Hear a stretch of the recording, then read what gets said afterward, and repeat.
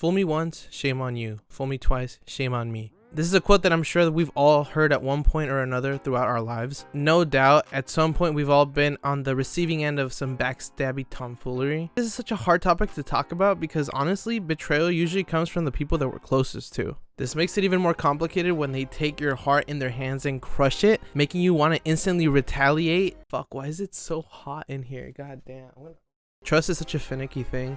It's so hard to gain, yet it's so easy to lose. Little things can make you easily just lose trust in someone. And honestly, forgiving people is so incredibly difficult. But even when you do get to that point where you're able to, just apply that metaphorical vaporub or band-aid and let it heal, like what happens then? Even then, there's nothing to guarantee that you'll ever be able to trust that person again. I don't know what it is. I don't know if it's just the people that I've seen as of late, but it almost feels like a large majority of the population has just been going through it lately. And whether it's just from their now ex-significant other just simply crushing the shit out of their hearts, constantly taking L's at work, or any other number of things. But I have noticed this large group of people just forced to take on their mental demons, just, fighting tooth and nail just to get back to a point where they were at a few months ago, where things seemed okay. These people are in the trenches just fighting for their lives. Not me though. I have no such issues. Personally, I'm going through my stoic era, or I'm trying to anyways. What's that famous line? I have no enemies.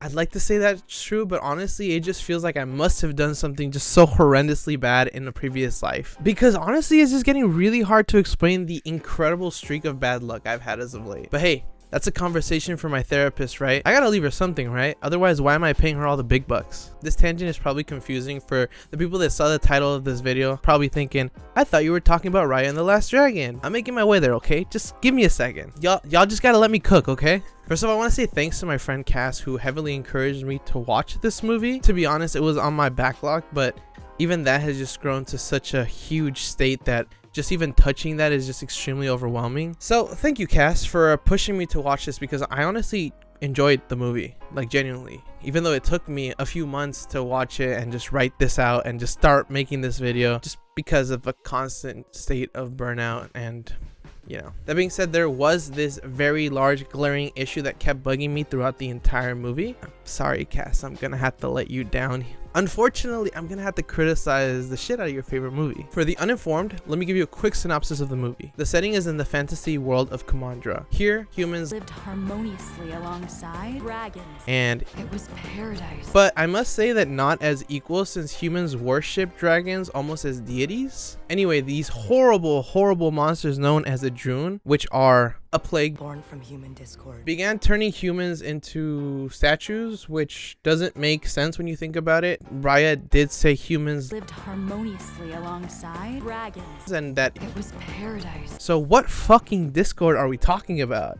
You can't go say it was paradise and then say that the Droon were born from human discord. It doesn't make sense. Fuck, I'm getting off topic. Anyway, the Droon pretty much started turning humans into statues, and the dragons came together to try to stop them, but failed. Ultimately, the task of saving the world was left to the last dragon, Sisu, who imbued all of her magic into a gem and was therefore able to put an end to the Droon once and for all, but not without her disappearing alongside with them. With all the dragons statuified, all that was left was the gem and the humans. Obviously, humans took out the most predictable play from the human handbook and began a war over the gem. Ah, yes, starting a war, a true classic. Humanity got divided into 5 tribes, which were spread out throughout Kamandra. These 5 tribes were Fang, Heart, Spine, Talon, and Tail. The names aren't a coincidence, by the way. Kamandra is quite literally the shape of a dragon, and the gem ultimately ends up at Heart, which is where our story begins. Throughout the story, we follow the titular Raya, the daughter of the Chief of Heart. Starting off with her as a child, Raya discovers that her father is trying to get all the tribe chiefs together to squash the beef that's been going on. Raya is, for good reason, concerned, but calms down when she meets the Mari, the daughter of Fang's chief. The two hit it off instantly when they both realize that they're Sisu super fans. Namari shows Raya a scroll that claims that Sisu is alive and was washed away by a river. Seeing this scroll inspires Raya to show Namari where the heart store the gem. But upon seeing the gem, Namari betrays Raya. The Fang warriors make an attempt to steal the gem and a fight ensues, which ultimately ends with the gem being shattered into 5 pieces. This allows the Droon to escape, which in turn causes all the tribe villagers to panic panic and flee, many villagers getting caught and turned into statues. Unfortunately for Raya, her father is also caught and she is forced to leave him behind. The story then fast forwards 6 years into the future. Raya, who is all grown up now, has been searching through all the rivers in an attempt to find Sisu. Once arriving at the final river, she is finally able to locate her. From here on out, the duo travel to Tail, Talon, Spine, and finally Fang. And it's at Fang where they have a final standoff with the Droon, and through the power of trust and plot armor, they are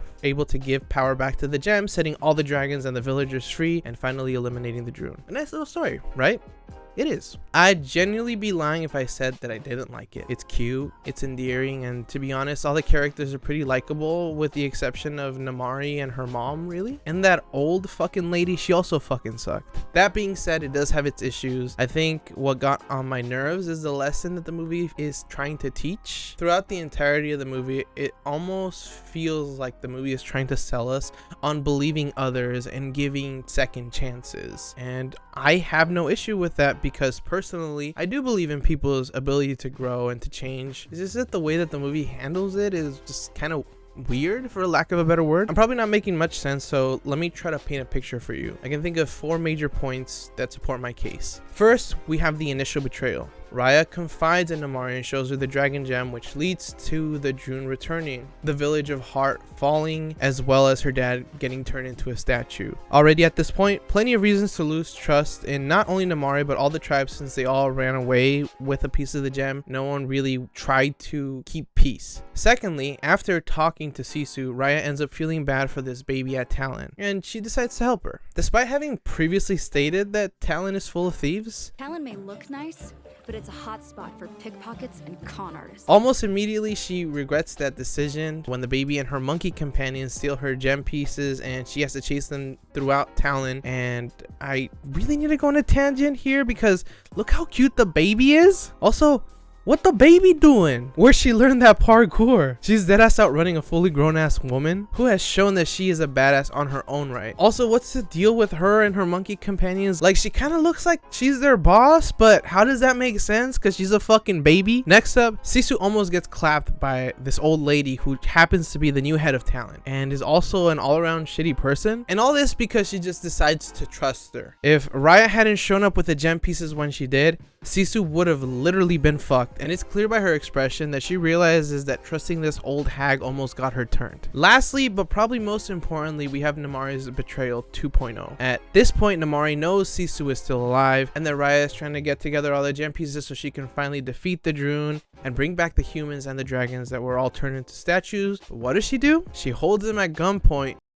Crossbow point? This bitch is aiming the crossbow at Sisu, trigger half pulled, and obviously Raya isn't cool with that, so she tries to disarm Namari. Raya fails and Sisu gets shot and falls into the river, potentially dead. And despite the fact that she killed Sisu, Namari still has the fucking gall to blame Raya for not trusting her. You're as much to blame for Sisu's death as I am. I'm sorry, what? So having all these points together, we have been shown time and time again that people all around suck and that Namari is a selfish, backstabbing brat. This is why the next part is so damn infuriating. After the Droon attack Fang and our heroes, plus Namari unfortunately, are making a last stand against the Droon. It's at this point the gems start to lose their power. Raya comes to the conclusion that trusting each other is what's going to bring everyone back and give the gem its powers. And so she and everyone else in her party begin entrusting everything to Namari, the one person that has continuously been shown to act selfishly and just backstab people. Fortunately, she ends up doing what they entrust her with, which ends up with her saving the day, of course. But with how she was portrayed up until this point, I would have not been surprised if she had just straight up fled. It's weird though, I can't tell if Namari was just written poorly or if she was just done dirty by the animators. It's so frustrating too because beside this, and It was paradise. I don't really have any issues with this movie. It looks nice and the performances are good, but Namari's importance in the story is kind of what's keeping me from liking it more. Of course, I am curious to hear your guys' thoughts on it though, so leave those down in the comments for me, okay, will ya? I know it took me a little longer than expected to put out this video, but I'm working on setting a more consistent schedule for y'all. I'm not sure what movie I'll be working on next, so just stay tuned. I hope you enjoyed this video, sub and all that good stuff, and we'll talk later. Okay, bye.